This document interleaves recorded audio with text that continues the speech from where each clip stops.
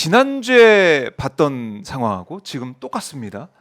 사실 지난주에 봤을 때는 3월 이제 마지막이기 때문에 마지막 주에는 결론이 날 것이다 했는데 내일은 또 4월이고 어떻게 봐야 됩니까? 김재호 대변인 답답하시죠?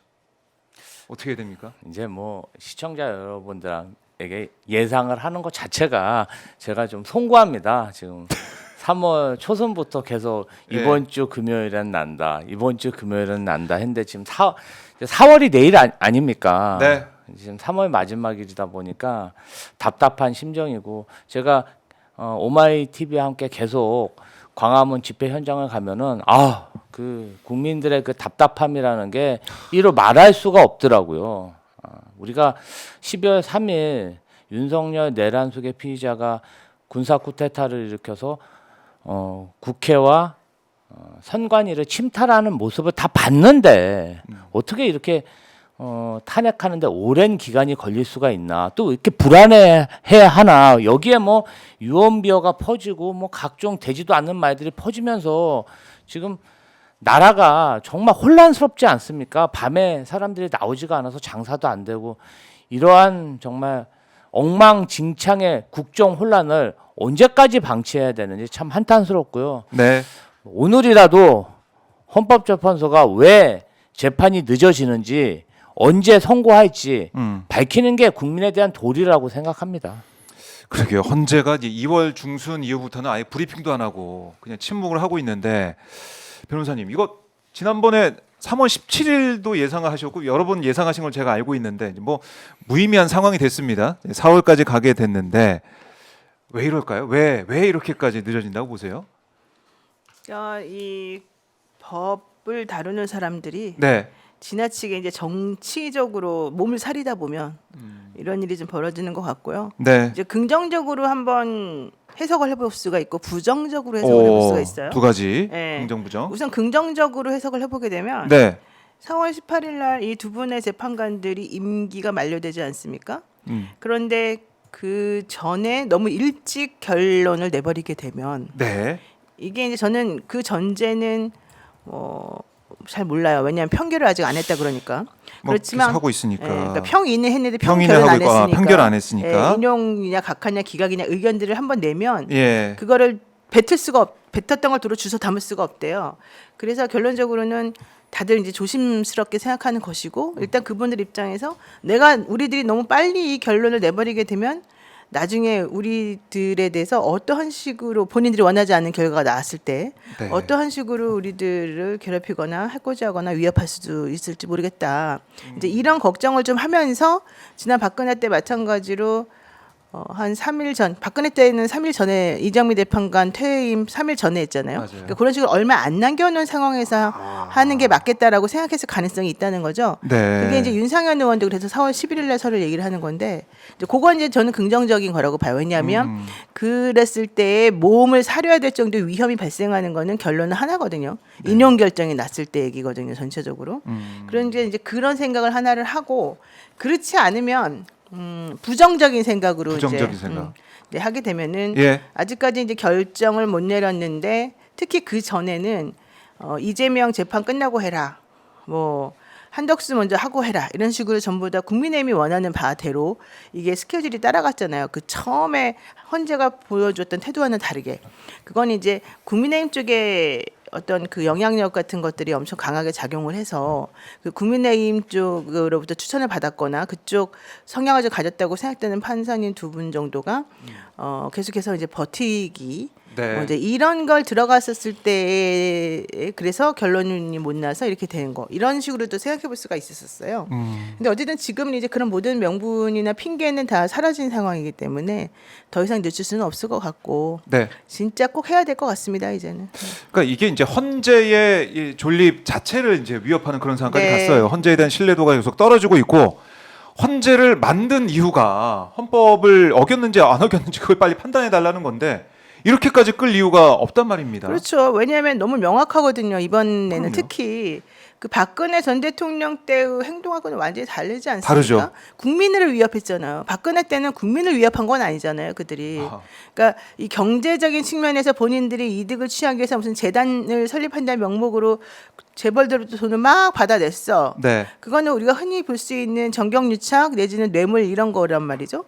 그렇지만 그거는 이제 그렇다고 해서 그들의 생명을 위협하거나 이렇게 되진 않고 국민들을 괴롭히는 건 아니었는데 이번에 거는 총칼을 들고서 특정인들을 체포한다 그리고 죽인다 그랬다는 것도 나오고 네. 제2계엄까지 얘기가 나오는 상황인데 그리고 국회에서 그렇게 빨리 해제 결의를 했는데도 야 이거 안 받을 방법이 있냐 좀 찾아봐라 비상계엄 또 할 수 없냐 이러면서 시간을 4시간을 더 끌어갖고 했다는 거 아니겠습니까? 네. 그러니까 결론적으로 그런 모든 것들을 생각해 본다면은 아 이거 되게 이상한 상황이고 이렇게 명확한 거를 왜 이렇게 금방 안 하냐 결국 하나밖에 없다고 봐요 저는 그게 아까 말한 대로 그 사법이 정치화되는 거 그다음에 우려하고 있죠. 예, 왜냐하면 이제 이 헌법재판소 구성이나 대법관의 구성이 각계 자기네들이 원하는 그 집단들에서 추천하는 방식이기 때문에 더 그런 거거든요. 이제 그거 플러스 지금 현재 상황 돌아가는 게 너무 좀 무섭다. 협박, 가족 살해 이런 것까지 막 나오니까 예. 좀 그런 게 아닌가 생각이 드는 거죠. 그래요. 그래서 뭐 일각에서는 5대3 얘기도 일부 언론에서 막 해가지고 그게 막 퍼지기도 하고 아니면은 뭐 특정인이 그러니까 한두 사람이 정말 언급하신 것처럼 버티기 때문에 이걸 아직까지 뭐 제압을 못한 상황이다. 합의가 안 돼가지고 계속 지켜보는 상황이다. 이런 얘기도 있고 어떻게 좀 김재 대변인 분석하고 계십니까? 일단 판결이 안 나오고 있기 때문에 이견이 있는 거는 사실이겠죠. 근데 어떤 이견이냐? 이런 어떤 이견인가에 나온 여러 가지 설들이 다 뇌피셜 아닙니까? 그 정확한 내용은 헌법재판관 8인만 알고 있고 네. 다 예상을 하고 있는 건데 저는 헌법재판관 5대3 예. 대들하게 걸렸다. 이것에 대해서는 믿고 있지 않습니다. 그렇게 헌법재판관들도 대한민국 국민인데 네. 설마 3명씩이나 그러한 판단을 했으리라고는 믿고 싶지 않고요. 있어서도 안 될 일이라고 생각합니다. 다만 인용이지만 네. 소수 헌법재판관들이 시간을 끌고 있는 게 아닌가. 결사항전을 하면서 시간을 끌고 있는 게 아닌가. 그런 예상을 조금씩 해보고요. 조금 아쉬웠던 것은 지금 군에 있는 계엄 관계자들, 내란 주요 임무 종사자들은 대부분 구속이 되거나 체포가 돼서 지금 재판에 넘겨졌는데 대통령실, 행정부처, 검찰에서 내란을 동조했던 내란 세력들이 일부 남아서 12월 3일 이후에 이 탄핵 국면에서 계속 윤석열 내란 수계 피의자에 대한 구명 운동을 했고 한쪽으로는 거리에 나가서 극우 지지층들을 결집시켜서 폭력 소요 약탈을 조장하고 세이브 코리아 정광훈을 필두로 한 아스팔트 구구들이 요동칠 수 있게 그러한 좀 밑받침을 해주고 또 윤석열을 비롯한 여러 가지 구구 지도자들 또 윤상현, 나경원, 김기현 이런 사람들이 또 아스팔트 구구에 합류할 수 있도록 그런 연결고리 역할을 해주고 네. 이런 것들이 복합적으로 이루어지다 보니까 탄핵 기각도 한번 해볼 수 있는 거 아니야? 그런 얘기를 국민의힘 의원들이 그냥 마음껏 할 수 있는 그런 사회 분위기를 조성했던 게 지금의 어떤 국정 혼란과 민생 파탄, 혼란스러운 대한민국을 만든 데 일조하지 않았나. 그래서 예로부터 반역도당, 내란 잔당들은 초기에 확실하게 진압해야 된다. 이런 얘기가 있었던 것 같습니다. 좀 많이 아쉽고요. 지금도 국정을 책임지고 있는 국무총리, 그다음에 기재부 장관 등이 사실 그렇습니다. 마흔역 재판관만 임명했더라도 이렇게 헌재의 결정이 늦춰졌을까? 저는 이런 생각이 들고요. 헌법을 지키지 않은 고위공직자들을 이대로 가만 지켜봐야 하나 이런 자괴감도 듭니다. 그래서 최근에 민주당 초선 의원들, 민주당 의원분들이 마흔역 재판관을 임명하지 않은 그 권한 대행과 최상목 기재부 장관에 대해서 책임을 물어야 된다는 의견을 내고 있는데 저는 아주 합리적인 생각이라고 생각하고요. 조금 늦은 감은 있지만 내일까지 정말 마흔혁 재판관을 한덕수 권한대행이 임명하지 않는다면 중대 결심해야 된다고 생각합니다. 네, 민주당에서 어제 이제 박찬대 원내대표가 중대 결심 이제 언급을 해서 그러니까 마흔형 임명을 하지 않고 있는 한덕수 총리가 헌법을 어기고 있는 거 이거 바로 잡아야 된다 이렇게 강조하고 있는데, 그러니까 마흔혁 이 재판관 임명 여부가 계속 문제가 되고 있는 거지 뭐 조한창 재판관이 아마 헌재 안에서 지연시키고 있는 어떻게 보면 뭐 그런 중요한 역할을 하고 있는 게 아니냐 이런 관측이 나오고 있기 때문에 마흔혁 재판관 빈자리가 커 보이는 것이고, 그러다 보니까 이거 마흔혁 재판관 말고 정계선하고 조한창 이 재판관 두 사람을 임명한 최상목 대행이 그 당시부터 이걸 두 사람을 임명하면서 조한창 재판관을 어떻게든 밀어 넣어서 이 상황까지 좀 큰 그림 그려서 끌고 온 게 아니냐 이런 얘기까지 나오고 있는 거예요. 그러니까 아까 제가 말씀드렸잖아요. 그 정치의 사법화. 그러니까 이 사법부에는 이 재판관들이 각각 추천되는 그 라인들이 있기 때문에 그들을 무시할 수는 없는 것 같고, 예컨대 이런 것 같아요. 조한창 재판관이 청문회 때 행동이나 그 자기의 소신을 밝힌 내용을 보게 되면 네. 또 뭐 그게 윤석열 총장 예전 시절처럼 그게 거짓말을 막 대놓고 했다 그러면 내가 할 말이 없지만 사실 그렇게까지는 아닐 것 같고, 어쨌든 그때 얘기한 걸 들어보면 되게 합리적인 그냥 일반적인 상식적인 수준에서의 생각 갖고 있는 사람이지 이 시스템을 무너뜨리겠다라든가 뭔가 내가 무조건 억지를 부려가지고 누구 편 만들겠다 이런 건 안 보였었거든요. 그랬는데 이번에 그 한덕수 총리 기각할 때 각하하고 그럴 때 보니까 예. 이 사람은 그렇게 따지면 차라리 기각을 시켜야 되는데 그냥 각하 쪽으로 의견을 섰단 말이에요. 저는 그래서 조한창 재판관에 대해서 네. 뭐 장인이 하나회 뭐 누구였다면 네. 이런 것 때문에 또 비난하는 분들이 많고, 국민의힘 사람이었기, 국민의힘에서 추천한 사람이기 때문에 눈치를 볼 것이다 이런 얘기하는 사람도 많은데 저는 그것도 가능한 일이라고는 봐요. 그렇지만 만약에 그 사람이 그런 상황에서 뻔뻔하게 나는 그래도 나를 뽑아준 국민의힘을 위해서 뭔가를 해보겠다라고 생각을 했다면 차라리 기각으로 가지 각하로 가지는 않았을 것 같아요. 기본적으로. 그래요. 왜냐하면 각하 의견을 내는 게 별 의미는 없었거든요. 본인 입장에서. 6명이 이미 다 200명 안 해도 된다. 151명만 찬성했으면 된다라고 벌써 절차적으로 그렇죠. 얘기를 다 했기 때문에 그런 상황에서 굳이 정영식과 같은 151석은 안 됩니다. 200석 이하입니다라고 주장해가지고 자기가 얻을 특별한 이득이 없어요.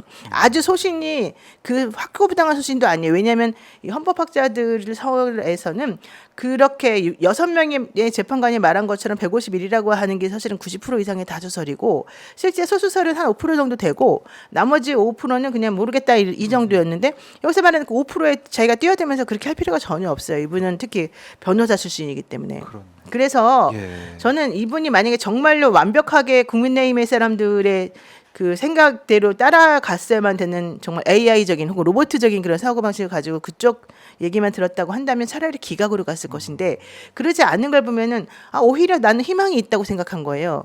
왜냐하면 윤석열 대통령 때 기각이냐 뭐 각하냐가 지금 문제가 되잖아요.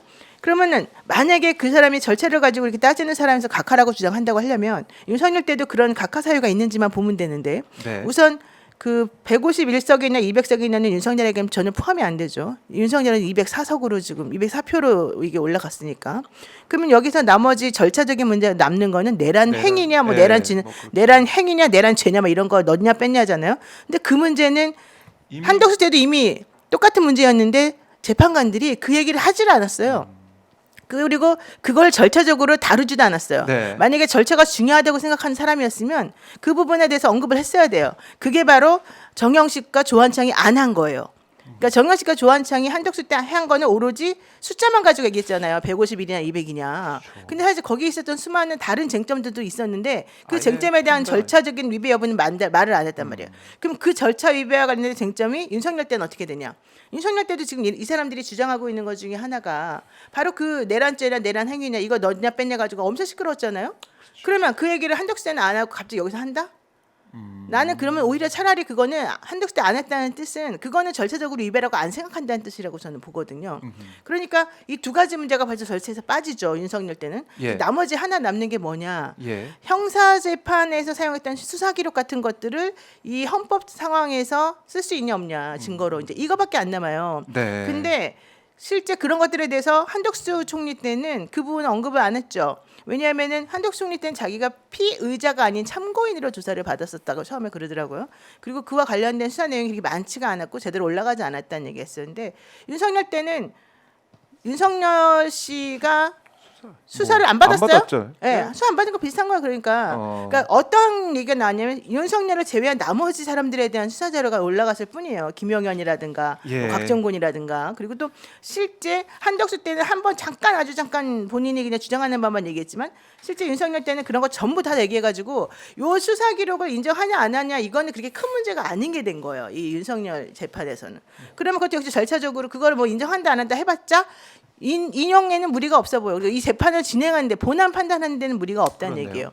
그럼 그 세 가지 것이 절차적으로 빠지면 각하할 보세요. 수 없네요. 정영식하고 예. 조한창 입장에서는 그걸 각할 만한 뭐가 있어요. 이제 남은 게 없어요. 나는 그래서 오히려 김복형처럼 기각을 주장하는 사람보다는 오히려 그 얼토당토하는 김복형처럼 절차 주장하는 것보다는 오히려 정영식이나 이 조한창처럼 우리를 뽑아준 사람들을 위해서 나는 기각이든 각하든 하나만 하면 되니까.